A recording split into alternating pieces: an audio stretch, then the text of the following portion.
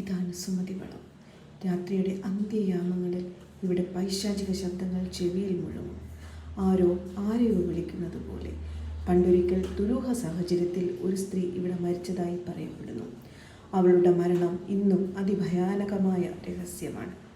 ഒന്ന് കാതോർത്താൽ അവളുടെ ആത്മാവിൻ്റെ വിങ്ങലുകൾ, വിഷാദം നിറഞ്ഞ തേങ്ങലുകൾ നിറഞ്ഞു നിൽക്കുന്നതായി തോന്നും.